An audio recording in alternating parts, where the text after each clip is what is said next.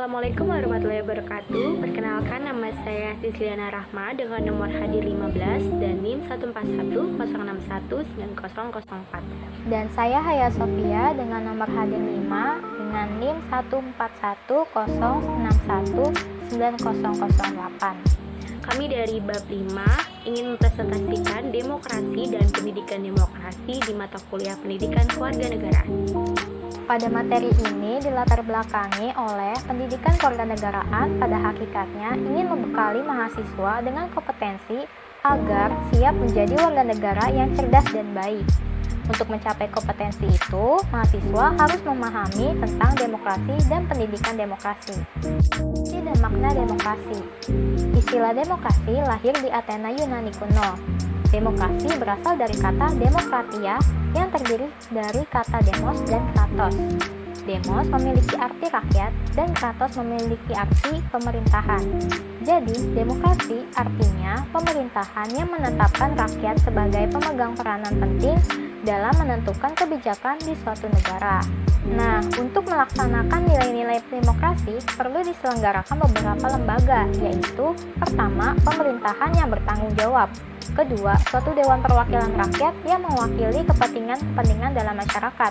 Ketiga, suatu organisasi politik yang mencakup satu atau lebih partai politik.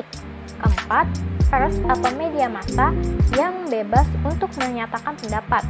Dan kelima, sistem peradilan yang bebas untuk menjamin hak-hak asasi. Demokrasi memiliki beberapa jenis.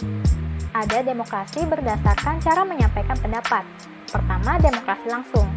Dalam demokrasi langsung, rakyat diikutsertakan dalam proses pengambilan keputusan untuk menjalankan kebijakan pemerintahan. Kedua, demokrasi tidak langsung atau demokrasi perwakilan. Ini dijalankan oleh rakyat melalui wakil rakyat yang dipilihnya melalui pemilu. Dan ketiga, demokrasi perwakilan dengan sistem pengawasan langsung dari rakyat. Ini merupakan campuran antara demokrasi langsung dengan demokrasi perwakilan. Selanjutnya, demokrasi berdasarkan titik perhatian atau prioritasnya. Pertama, demokrasi formal. Demokrasi ini secara hukum menempatkan semua orang dalam kedudukan yang sama dalam bidang politik tanpa mengurangi kesenjangan ekonomi. Kedua, demokrasi material. Demokrasi material memandang manusia mempunyai kesamaan dalam bidang sosial ekonomi sehingga persamaan bidang politik tidak menjadi prioritas. Dan ketiga, demokrasi campuran. Demokrasi campuran antara demokrasi formal dan demokrasi material. Selanjutnya, demokrasi berdasarkan prinsip ideologi. Pertama, demokrasi liberal. Demokrasi ini memberikan kebebasan yang luas pada individu. Kedua, demokrasi rakyat atau demokrasi proletar. Demokrasi yang bertujuan menyejahterakan rakyat. Lalu ada demokrasi berdasarkan wewenang dan hubungan antara alat kelengkapan negara. Pertama, demokrasi sistem parlementer dengan ciri-ciri yaitu DPR lebih kuat dari pemerintah. Menteri bertanggung jawab kepada DPR, program kebijaksanaan kabinet disesuaikan dengan tujuan politik anggota parlemen, kedudukan kepala negara sebagai simbol tidak dapat diganggu-gugat. Lalu kedua, demokrasi sistem pemisahan atau pembagian kekuasaan atau disebut juga dengan presidensial dengan ciri-ciri yaitu negara dikepalai oleh presiden. Kekuasaan eksekutif presiden dijalankan berdasarkan kedaulatan yang dipilih dari dan oleh rakyat melalui badan perwakilan.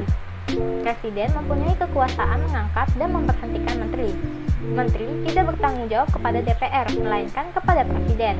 Lalu, Presiden dan DPR mempunyai kedudukan yang sama sebagai lembaga negara dan tidak dapat saling membubarkan. Demokrasi memiliki ciri-ciri sebagai berikut.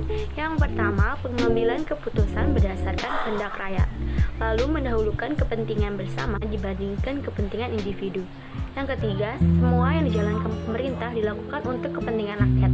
Dan yang keempat, kedaulatan berada di tangan rakyat. Menurut Robert A. Dahl, sistem pemerintahan demokrasi memiliki keunggulan, yaitu mencegah tumbuhnya pemerintah otokrat yang licik, menjamin hak asasi warga negara secara demokratis, menjamin kebebasan pribadi yang lebih luas, membantu rakyat melindungi kepentingan dasar, membantu perkembangan hidup manusia, dan negara demokrasi memiliki perwakilan modern yang tidak berperang satu sama lain. Ada beberapa negara di dunia ini yang tidak menganut sistem demokrasi.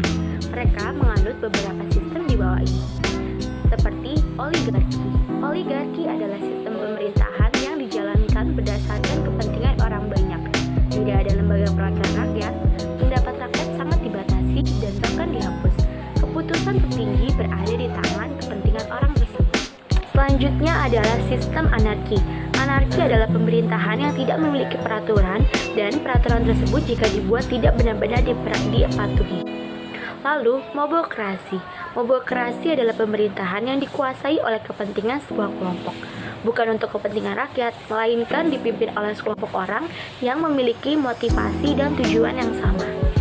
Lalu yang terakhir adalah diktator. Diktator ialah kekuasaan yang terpusat pada seseorang yang berkuasa secara mutlak atau otoriter. Sebelum akhirnya diputuskan untuk memakai demokrasi Pancasila, Indonesia pernah mengalami 4 kali perubahan dalam sistem demokrasi. Yang pertama adalah demokrasi parlementer atau liberal. Demokrasi ini berawal pada masa Undang-Undang Dasar 1945 periode pertama sampai tahun 1949. Kemudian dilanjutkan pada masa berlakunya RIS 1949 dan Undang-Undang Dasar Sementara 1950. Masa demokrasi parlementer, kehidupan politik dan pemerintahan tidak stabil, sehingga sering terjadi pergantian kabinet karena kedudukan kabinet berada di bawah DPR dan sangat bergantung pada dukungan DPR. DPR bisa memberikan mosi tidak percaya jika kabinet mengeluarkan kebijakan yang tidak sesuai dengan aspirasi rakyat. Perbedaan pendapat antar partai politik juga menyebabkan ketidakstabilan politik yang terjadi saat itu, seperti peristiwa kegagalan konstituante tentang kesepakatan dasar negara. Pertentangan ini tidak pernah selesai dan mereka ingin memenangkan ideologinya masing-masing. Setelah kegagalan demokrasi parlementer, akhirnya demokrasi ini berubah menjadi demokrasi terpimpin sejak 5 Juli 1959. 5 Juli 1959, Presiden Soekarno mengeluarkan suatu keputusan yang dikenal dengan Dekret Presiden. Istilah ini menggantikan demokrasi parlementer menjadi demokrasi terpimpin. Demokrasi terpimpin menonjolkan kepemimpinan yang jauh lebih besar daripada demokrasi yang sebenarnya, sehingga ide dasar demokrasi kehilangan artinya. Akibatnya, dominan kekuasaan presiden dan kurang berfungsinya lembaga legislatif dalam mengontrol pemerintahan. Lalu, kebijakan pemerintahan seringkali menyimpang dari ketentuan Undang-Undang Dasar 1945. Demokrasi terpimpin tidak bertentangan dengan Pancasila dan UUD 1945 serta budaya bangsa Indonesia. Namun, dalam praktiknya, konsep-konsep tersebut tidak direalisasikan sebagai bana mestinya, sehingga seringkali menyimpang dari nilai-nilai Pancasila dan UUD 1945. Penyebab penyelewengan tersebut selain terletak pada presiden, juga dikarenakan kelemahan legislatif sebagai partner dan pengontrol eksekutif, serta situasi sosial politik yang tidak menentu di kala itu. Demokrasi terpimpin berganti lagi menjadi demokrasi Pancasila pada era Orde Baru. Demokrasi Pancasila berasal dari pola pikir dan tata nilai sosial budaya bangsa Indonesia dan menghargai hak individu yang tidak terlepas dari kepentingan sosial. Demokrasi Pancasila memiliki ciri khas antara lain bersifat kekeluargaan dan kegotong royongan yang berdasarkan ketuhanan yang Maha Esa, menghargai hak-hak asasi manusia, serta menjamin adanya hak-hak minoritas, pengambilan keputusan yang berdasarkan musyawarah untuk mufakat, dan bersendi atas hukum. Dalam demokrasi Pancasila, kehidupan ketatanegaraan harus berdasarkan atas kelembagaan. Demokrasi Pancasila tidak bertentangan dengan prinsip demokrasi konstitusional.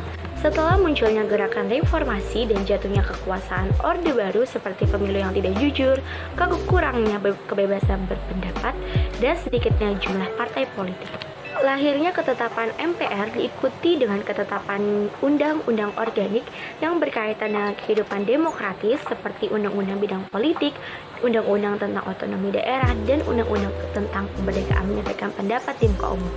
Oleh karena itu, berdasarkan peraturan perundang-undangan dan praktik pelaksanaan demokrasi tersebut, terdapat beberapa perubahan pelaksanaan demokrasi pada orde reformasi sekarang ini, yaitu pemilihan umum yang lebih demokratis, partai politik yang lebih mandiri, pengaturan hak asasi manusia, dan lembaga demokrasi yang lebih berfungsi. Makna dan urgensi pendidikan demokrasi. Pendidikan demokrasi harus disikapi secara sadar dan sungguh-sungguh. Implikasi dari pandangan ini, maka diperlukan pendidikan yang baik yang memungkinkan warga negara mengerti, menghargai, kesempatan dan tanggung jawabnya sebagai warga negara yang demokratis. Pendidikan yang bukan hanya sekadar memberikan pengetahuan dan praktik demokrasi, tetapi juga menghasilkan warga negara yang berpendirian teguh dan mandiri. Selain itu, perlu dikembangkan pendidikan demokrasi dalam bentuk kegiatan ekstrakurikuler yang bernuansa demokrasi dan menjadikan sekolah sebagai lingkungan yang demokratis dan pelibatan siswa dalam kegiatan masyarakat. Berikut adalah contoh kasus dari pembelajaran kita kali ini. Aliansi Akademi kecam Kemendikbud larang mahasiswa demo Undang-Undang Cipta Kerja. Aliansi Akademi mengecam dan menentang imbauan Direktur Jenderal Kementerian Pendidikan dan Kebudayaan untuk melarang demonstrasi menolak Undang-Undang Cipta Kerja. Aliansi menilai imbauan itu bentuk pembatasan terhadap kebebasan berpendapat dan kebebasan akademik yang dijamin konstitusi. Contoh kasus ini kita mendapatkan pelajaran bahwa aksi merupakan salah satu cara masyarakat mengungkapkan pendapat mereka. Demokrasi adalah dari rakyat, oleh rakyat, untuk rakyat. Namun dalam hal ini pihak DPR tidak mau mendengar kritik dari mahasiswa. Pernah terjadi sebelumnya aksi demonstrasi yang dilakukan pada saat demokrasi Pancasila, yaitu demonstrasi reformasi. DPR dinilai menghilangkan nilai-nilai demokrasi. Adanya demo atau aksi pada penolakan rancangan Undang-Undang Cipta Kerja sangat menonjolkan keuntungan dari demokrasi. Terjadinya aksi besar-besaran tidak hanya sekali. Indonesia pernah mengalami aksi besar-besaran dari mahasiswa pada masa demokrasi Orde Baru. Masa dalam aksi penolakan rancangan Undang-Undang Cipta Kerja juga mempertanyakan pelaksanaan demokrasi pada era reformasi. Pada era reformasi, karena banyak kejadian yang membuat perubahan pelaksanaan demokrasi reformasi dilupakan. Pendidikan demokrasi harus disikapi secara sadar dan sungguh-sungguh.